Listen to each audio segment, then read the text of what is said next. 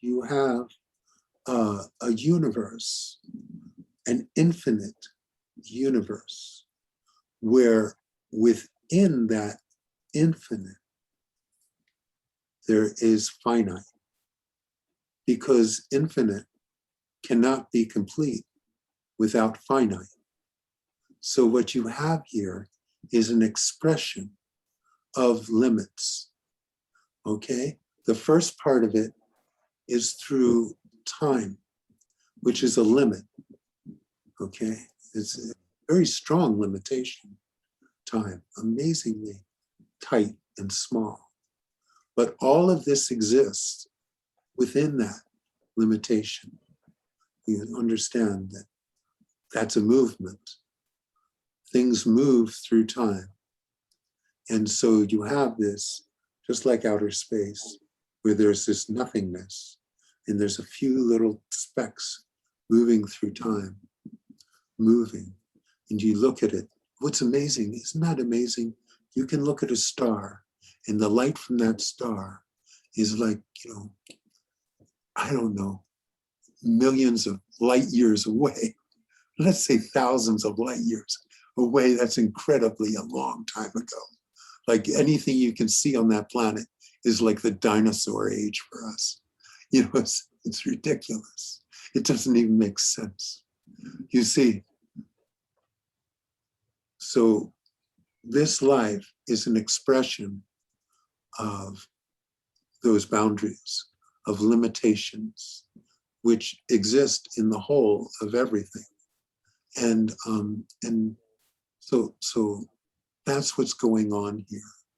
And you can just say, just like you have an ocean, and the ocean is just still, let's say, until it hits the shoreline.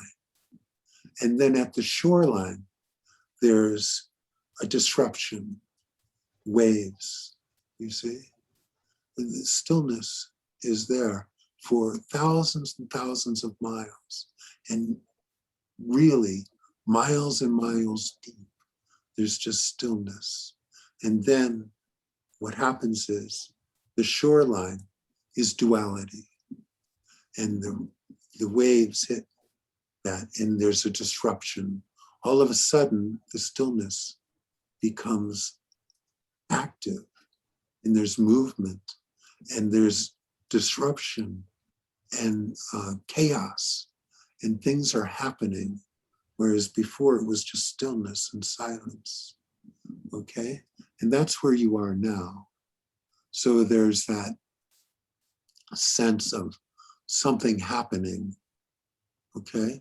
Now, in the grand scheme of things, nothing is happening, okay? There's just stillness, but then there is this rupture that happens within as soon as duality arises. It has to be duality because oneness is all there is. There is this sense of oneness everywhere, but oneness is not complete without duality, because otherwise there couldn't be oneness, you see? If oneness was all there was, then no one would know what oneness was, because it'd be all there was. But basically it is already all there is.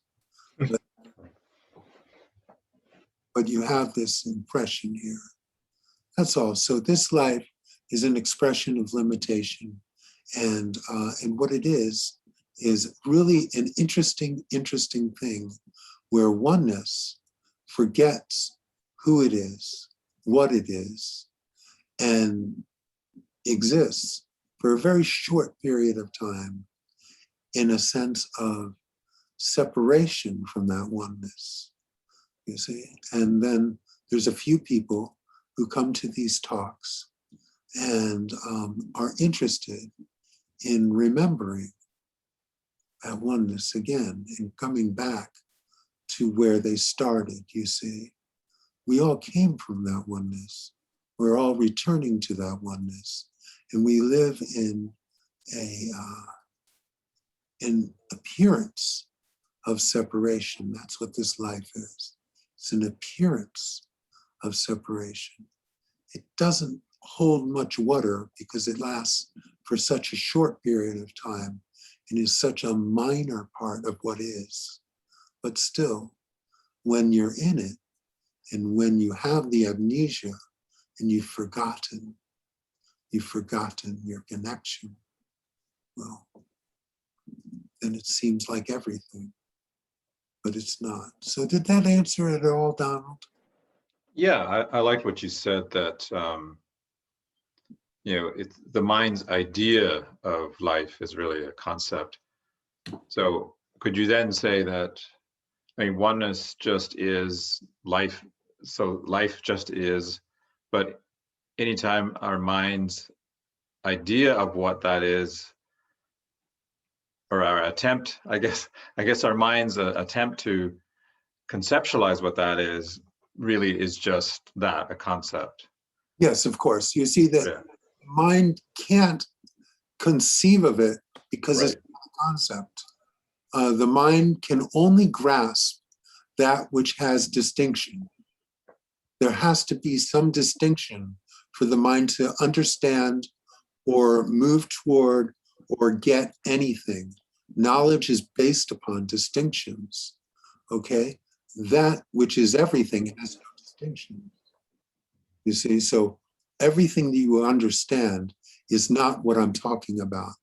I know I was very, when the understanding, so to speak, happened, when the enlightenment happened, we'll call it enlightenment, because I'm telling you for fact, everything I thought enlightenment was incorrect, okay? Because it doesn't relate to a thought.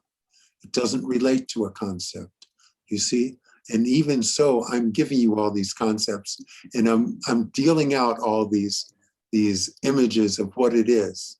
Everything, right? Everything. Everything is just a concept to you. It's just an idea. But that which is truly everything is nothing at the same time, you see? But there's no way for the mind to grasp that. So I'm saying everything as opposed to something. So you have something to hold on to. But in fact, when it actually happened, it was so subtle to me. It was nothing. Now, it was everything too. So when it was everything, it was like, wow. For a little while it was, wow. And then it was like, but this is nothing. This is nothing at all.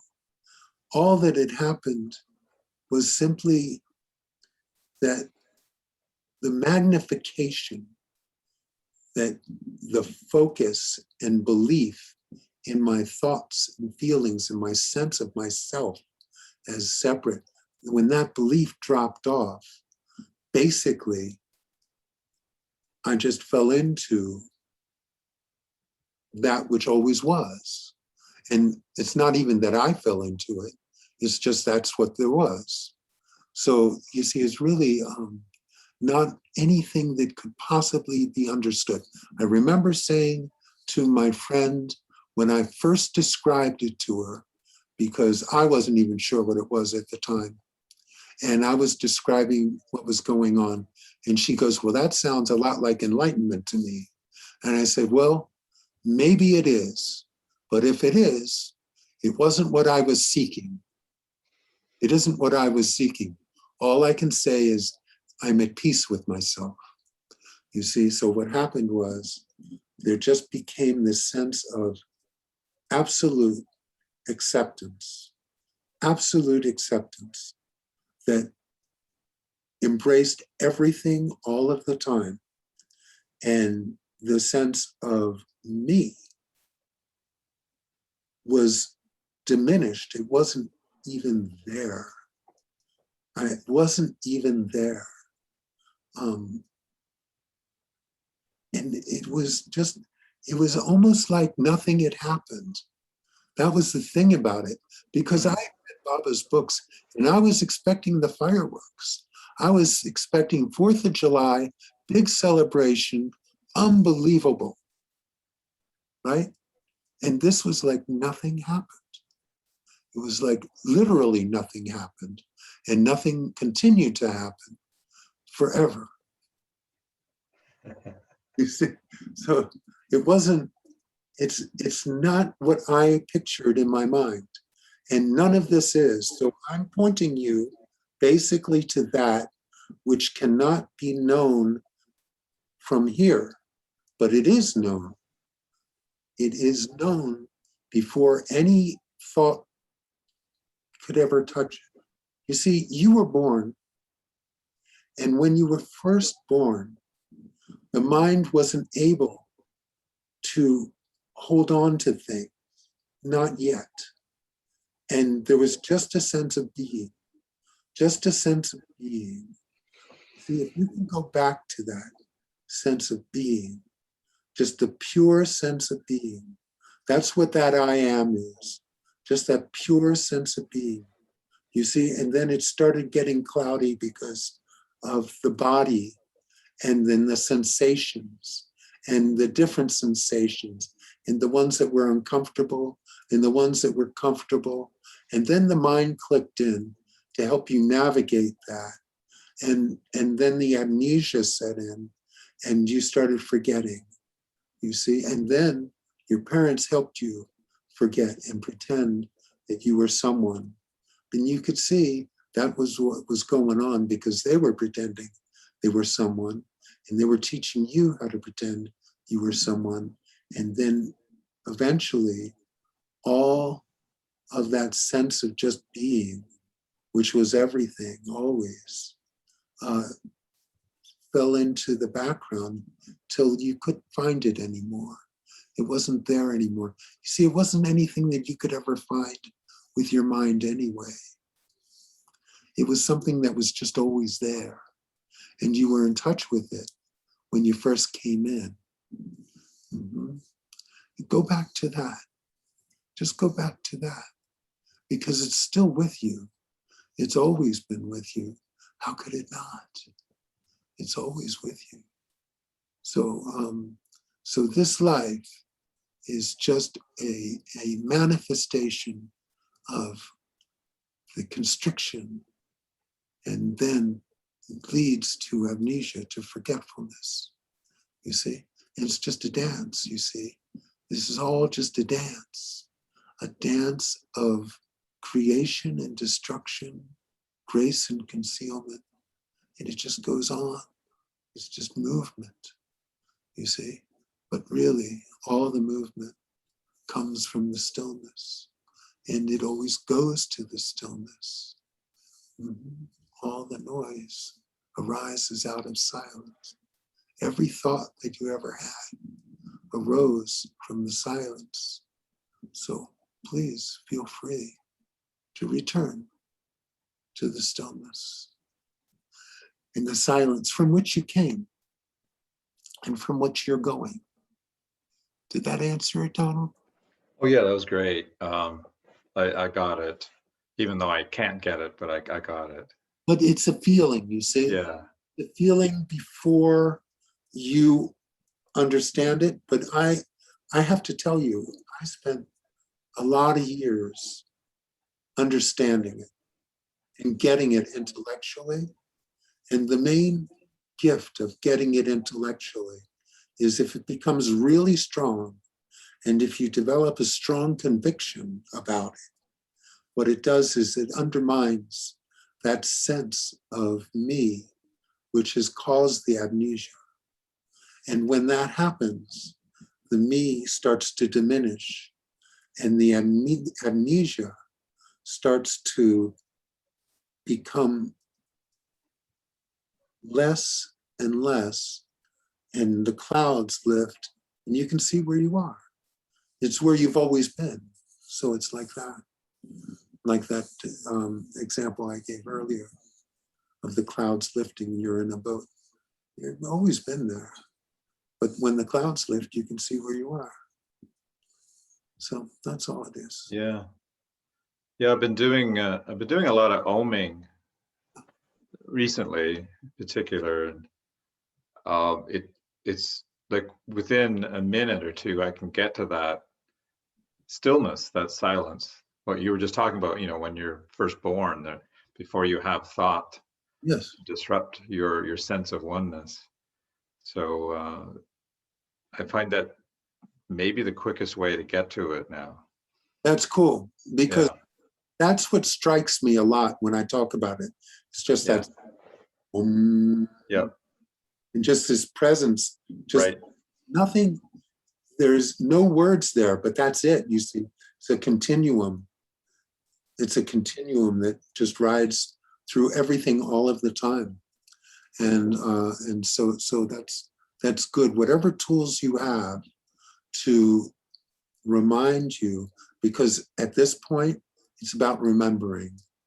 It's about remembering and forgetting and remembering and forgetting and remembering. And the beauty of it is when you finally remember, you never forget again, and you don't have to put any effort into it. So just keep it up. Yeah.